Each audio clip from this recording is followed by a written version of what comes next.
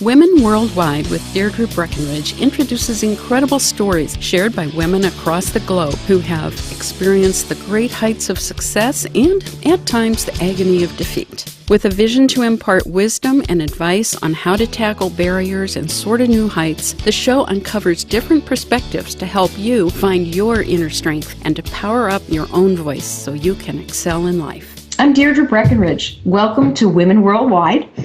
Let's start with a question for the listeners. Do you remember what you were doing around the age of 5? Maybe many of you were going to school, playing with your friends, maybe in the neighborhood or at the playground, or maybe you were spending time with your family.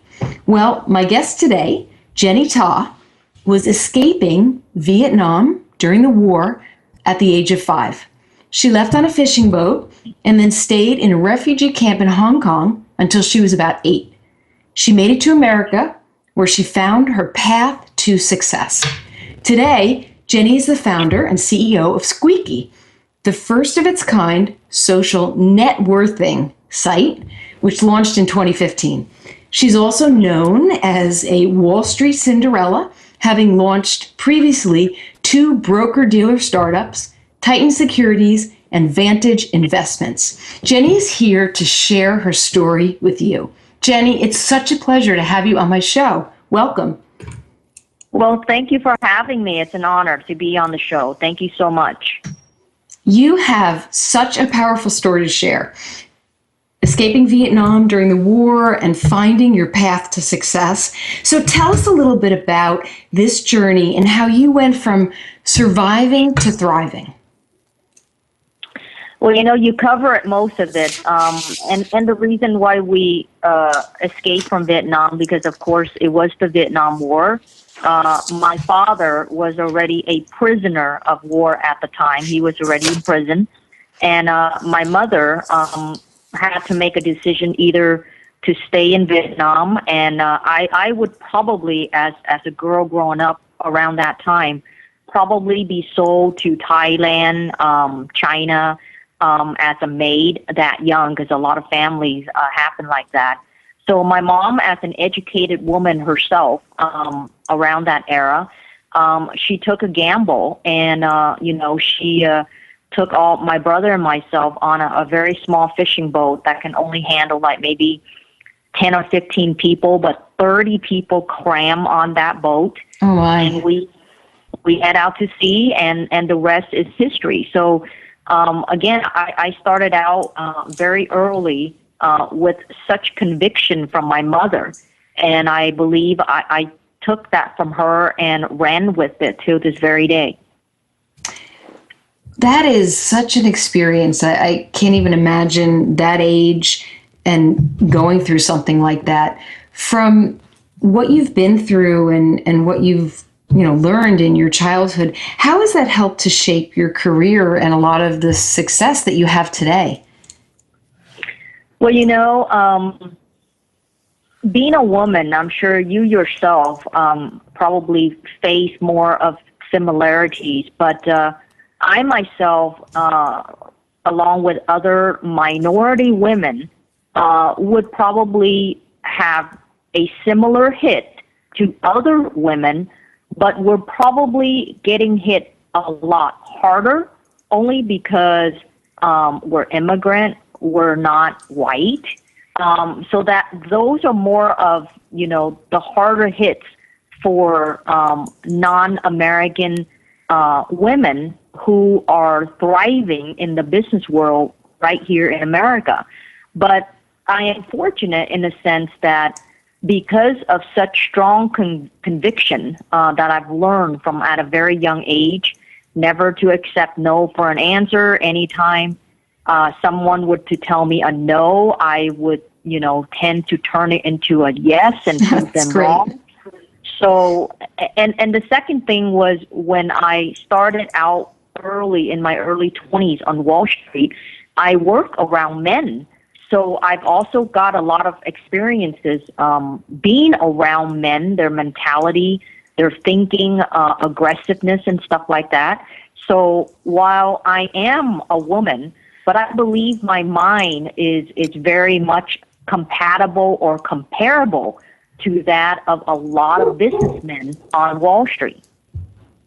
Right, and you would have to be. And it's interesting because you became known as this Wall Street Cinderella. So maybe you could just talk a little bit more about how you actually wanted to stand out, but yet you fit in at the same time.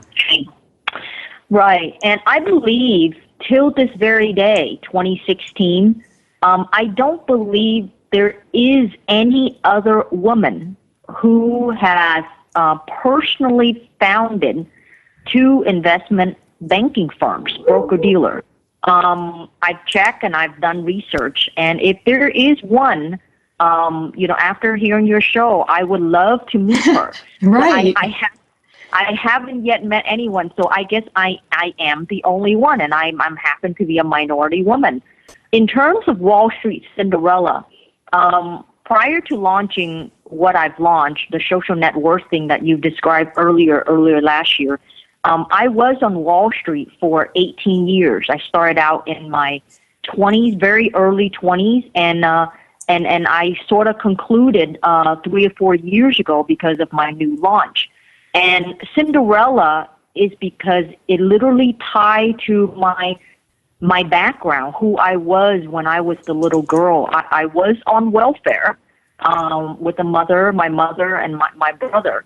And so, like Cinderella, I was very poor. Welfare, wearing secondhand clothes and stuff like that, to being on Wall Street and the only woman to have founded 2 investment banking firms. I mean, I don't want to brag, but now I drive some of the most luxury cars on the planet. So coming from the Cinderella background to that of Wall Street, the wealth, when we hear of the Wall Street name, immediately we all know, oh, that's where the wealthy people are. But I was able to do that, and if I was able to do that, and being a minority, being a woman, I cannot accept anyone for saying, no, I can't do that, because I can't.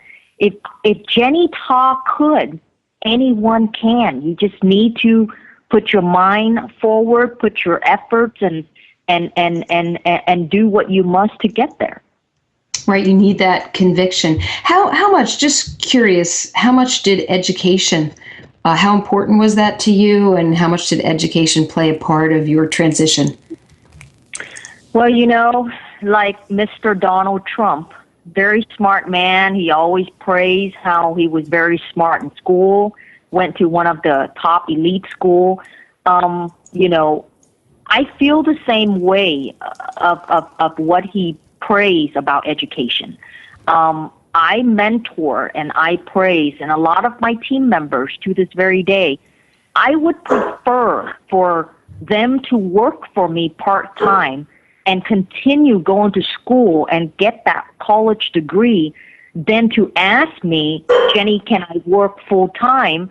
But then I would have to quit college to work for you. So, so again, I'm totally for education. If you need to get that bachelor and lock it in, then you should, unless you're one of the rare ones. And I would say the rare ones would be the dropouts of the Bill Gates of the world, the Mark Zuckerberg of the world. That's a totally different story. But majority of us, I would suggest that education is key. You need the diploma. If you could get an MBA, you're gonna go into entrepreneurship. So Jenny, let's transition a little bit into Squeaky, because you had mentioned your social networking site, which is very interesting, and also would like to know, was it a difficult transition from the whole investment banking to technology and innovation, and how did that play out for you? Yes, actually, I've had the idea with Squeaky in 2010. So we just started 2016. So it's about 4.5 to 5 years ago. And from the idea to actually gone to alpha, that took 2.5 years. So we sort of launched alpha at the end of 2012.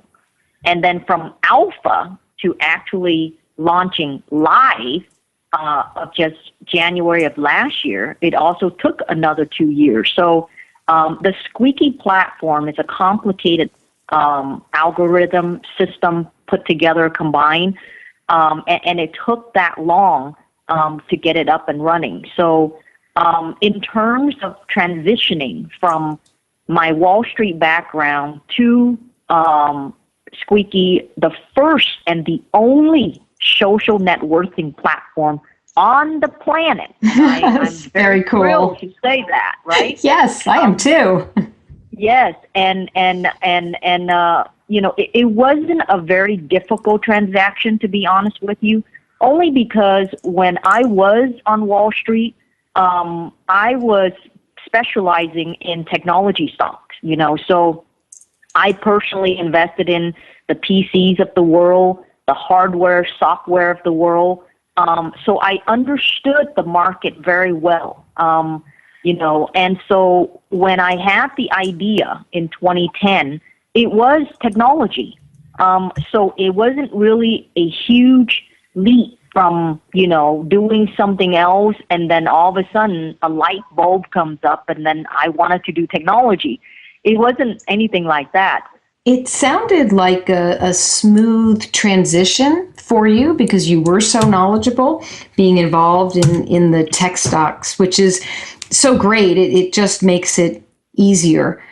I was also, you know, thinking that I'm not sure where you're going to find your answer to this question, whether it's going to be back in the days of investment banking or if it's now with technology. But what do you think has been one of your greatest challenges in business, and how did you approach and tackle that challenge? Actually, it's interesting. You know. For the many startups that I have started, it actually, Squeaky is my third one. My first two were successful. So I've been very fortunate. Squeaky just launched earlier last year, so we're still moving along. While I did have a lot of challenges, but I was able to overcome them. And I believe every time when I overcome a certain challenge, my challenges tends to get more difficult and more harder. I actually have a challenge that I'm challenging myself right now that I hope that I will overcome as well. But as my challenges gets, it gets larger and more global, which is the current challenge that I'm challenging myself. I hope to overcome that. But, but to fall back on what you're saying, everything has challenges, personal relationships, businesses, partnerships, anything in life. We will have challenges, period. Without challenges, there will never be any success. Okay, so I hope your audience, your listener, could lock that in. Again, everything has challenges, but to me, the most important thing when we do have challenges is to overcome them. Don't let those challenges stop you from doing whatever it is that you want it to do or you want it to become. Because if you do let those challenges stop you, then it would be game over. And if it's game over, you're done. I never, ever allow any challenges to dictate my life that my life is game over. So that's the only thing that I wanted to share in regards to, challenges that we do have to face, in a daily basis when we wake up, actually. That's right. You make, some excellent points, and it just goes to show no pain, no gain. And it's not just challenges in business, it is across the board.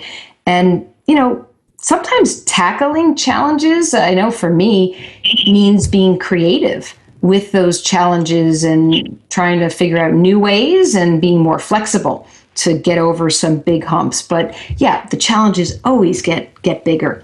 I'm speaking with my special guest, Jenny Ta, CEO of Squeaky. And in the next segment, Jenny will discuss women, leadership, and what makes her feel successful at the end of the day. You have been listening to Women Worldwide with your host, Deirdre Breakenridge. Segment 2 is coming right up. Creating brand loyalty requires a unique blend of strategic communications and innovative technology. Pure Performance Communications works with businesses to move their audiences from interest to action, giving you a roadmap that fosters deeper engagement and forges stronger relationships along the way. Visit us at pureperformancecom.com. Thank you. Now, back to Women Worldwide with your host, Deirdre Breakenridge. I'm Deirdre Breakenridge. Welcome back to the show, where Jenny Ta and I were just discussing what it's like to be the Wall Street Cinderella and challenges in business. So, Jenny, before you said that you never take no for an answer, and I think that's excellent, and more people should have that type of conviction. What other advice can you share with the listeners to help them get ahead and to really make a difference in what they're doing? Well, to your listeners, if they're looking into entrepreneurship, obviously, the very first thing is, you have to have a creative mind. And if I were to mentor, some or all of your listeners, if they were to ask me, I do have a creative mind, but then what's next? So the next part I would mentor them is, look around. What do you see as a problem around you, around the world? And that's usually how I began my entrepreneurship. And I would start my startup or my business. Is I love to seek out problems, and based upon those problems, I would build something, or I would, like for Wall Street, for example. When I was 21 years old, I was working for Shears and Lehman Brothers. Now, of course, after a ton of mergers, they are Morgan Stanley. Morgan Stanley is still existing today, but it started out Shears and Lehman Brothers years ago. So the problem at that time, when I was just 20 years old, got out of college, was I was working for them, and I didn't see a lot of women. There was absolutely no women brokers, no women sitting in the bullpen, no women in the office, and all of these men dressing in their 2 to 3 piece, suits, good-looking men, rich men. And I said, what's wrong with this picture, right? Right. You're all alone with all those men. Exactly. Well, I work with other women, but we were in the operations department serving the men, okay? And I will repeat that. The women in the operations department, including myself, were serving to these men outside of the cage, walking around in their 2 to 3 piece suits, being the broker that they were. So to me, that was a problem. And I said, this is a problem. And like Hillary Clinton, I wanted to break the glass ceiling, and I wanted to be that rare woman who would be out there with the men. And you know what? I believe I did it. You sure did. So on that note, that rare quality to be able to break through, you mentioned Hillary Clinton, and we know she breaks the ceiling, and yourself. So go down the path a little further. And when it comes to women and maybe those qualities, what makes somebody stand out? How do you break the ceiling? And what other women do you admire today who have those qualities besides Hillary? Because I think you probably do admire her very much. Totally admire Hillary. What do we do as women? we need to do things outside of the box. I know we've heard that many times. A lot of people don't understand, well, what is outside of the box? What does that mean, being outside of the box? Being outside of the box meaning you do things non-traditionally, okay? I mean, you do things, I mean, you look at the men around you and see what they do. Try to do what they do, you know, and build something. You know, why is Hillary Clinton, you know, break that glass ceiling? Because look at what she does. I mean, even Sarah Palin. I mean, she currently received not so positive news recently, but she too is a unique woman. And even Carly Fioroni, she too is unique. And Meg Whitman. I mean, I can name all the women in the world that I admire. Sheryl Sandberg of Facebook, even Marissa Myers of Yahoo. All these women are fascinating women.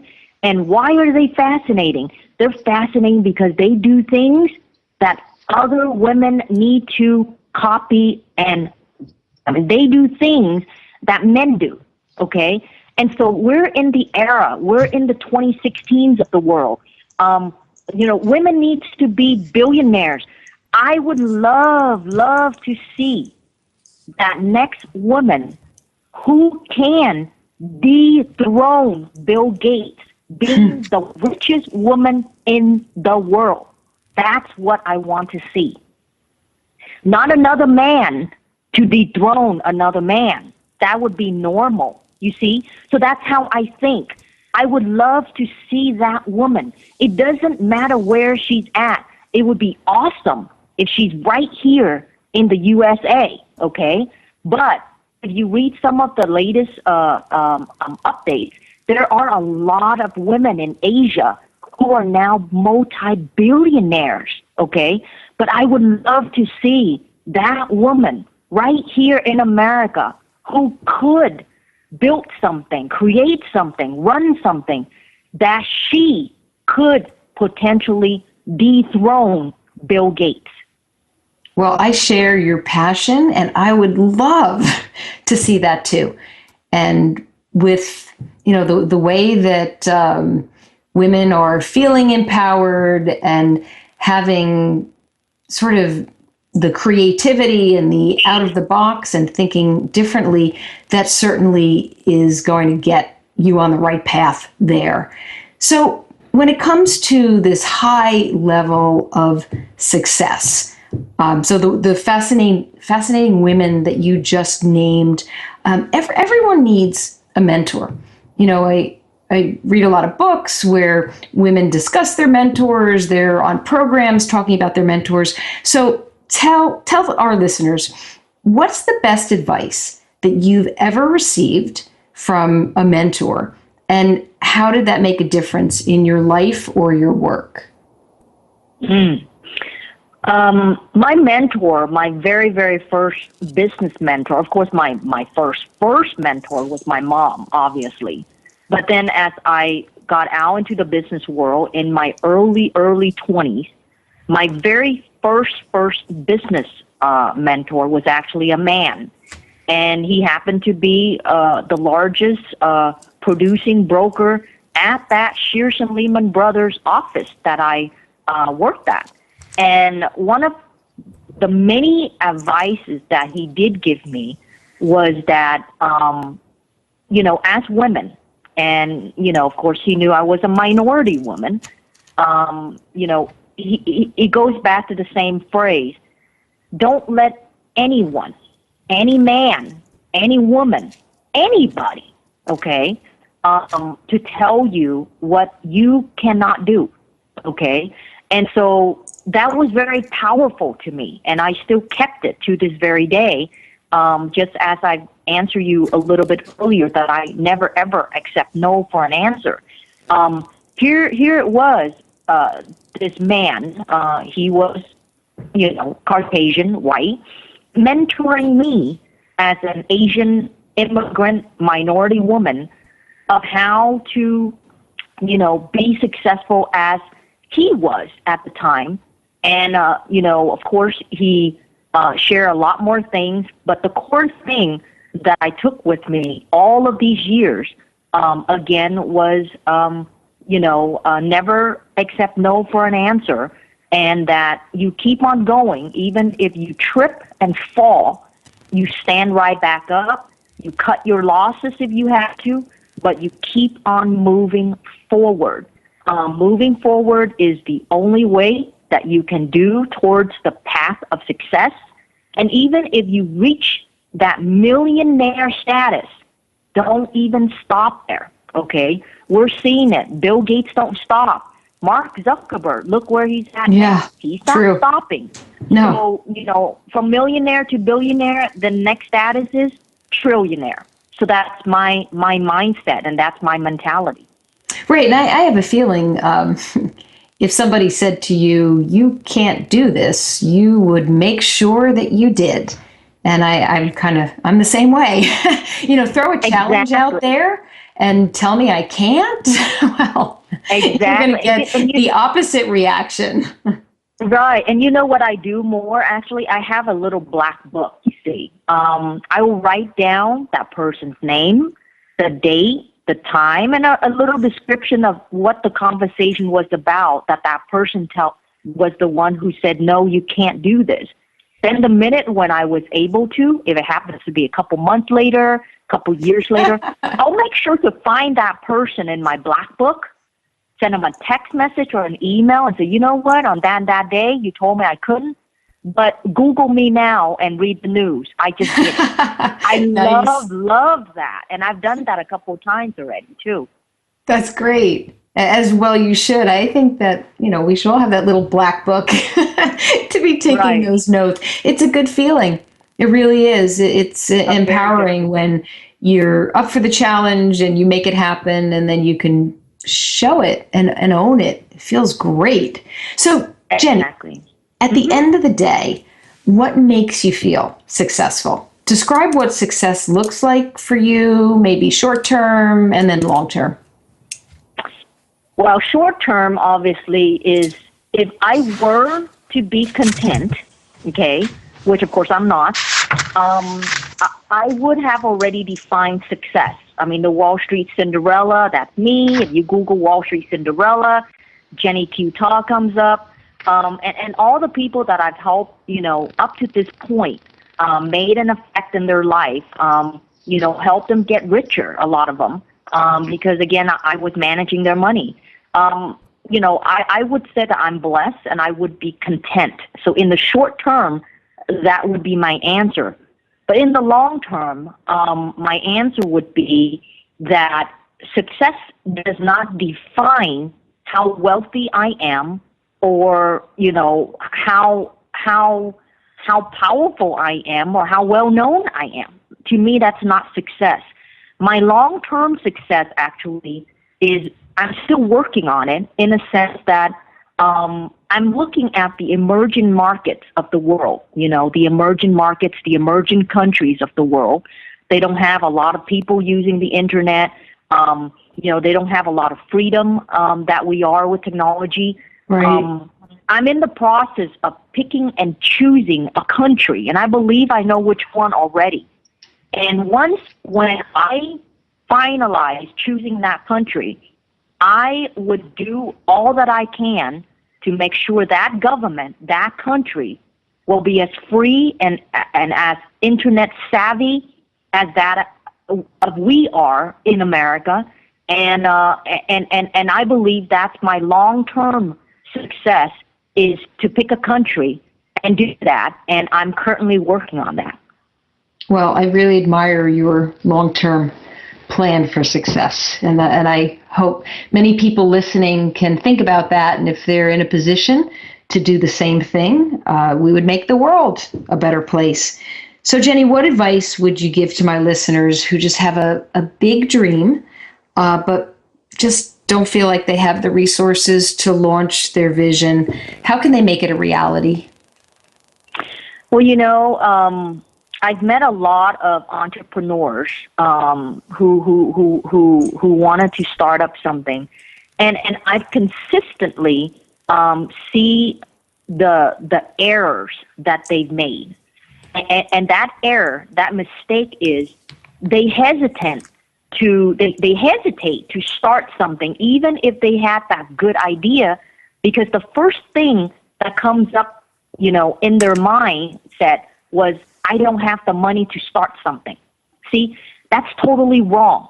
Okay, that's a wrong way of thinking. You keep in mind this Jenny Ta, she was welfare driven. She was raised on welfare. So how did she start all of these, great ventures, world-class ventures? Because I don't ever think that I don't have the money to start my idea.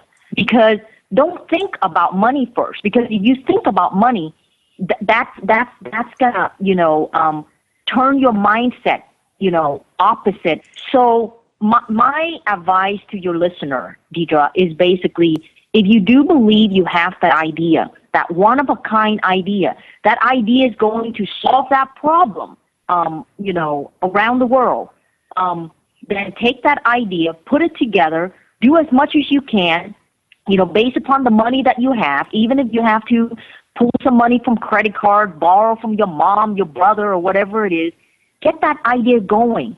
And when that idea matures a little bit, where when you sit down with that potential investor and you can tell a story, you'll be surprised. That idea of yours will gather enough investors to blossom. And that's how you should think as an entrepreneur, and that's how you should begin as an entrepreneur. That's great advice. And it really does start with your own positive attitude and mindset to make it happen. So last question, Jenny, how can my listeners find out more about you and Squeaky? Well, I'm very fortunate of what I've been doing so far. Anybody can just Google Jenny, Jeny, Q, that's my middle initial, Ta, T as in Tom, A as in Apple. They can literally find a lot of stuff about me, knock on wood, good things, of course, on Google. But to be specific, they can go to squeaky.com. That's SQEEQEE.com. And that's the social networking platform that I've founded, built. And so I'm on there all the time. You could just click on Contact Us, and you can reach me from there. Excellent. Jenny, thank you so much for sharing your personal journey and for being such an inspiration as an entrepreneur and a leader in business. Well, thank you so much for having me today. Greatly appreciate it. Well, it was my pleasure. I'd like to also thank everyone for tuning into Women Worldwide. I'm your host, Deirdre Breakenridge, and until we meet again for our next episode, stay focused, energized, and feeling empowered. Thank you. You have been listening to Women Worldwide with Deirdre Breakenridge, brought to you by Pure Performance Communications on thesocialnetworkstation.com. You can reach Pure Performance at www.pureperformancecom.com. Women Worldwide is produced by SNI, and the opinions of the hosts and guests do not necessarily reflect those of Social Network Intermedia, LLC, or the Social Network Station.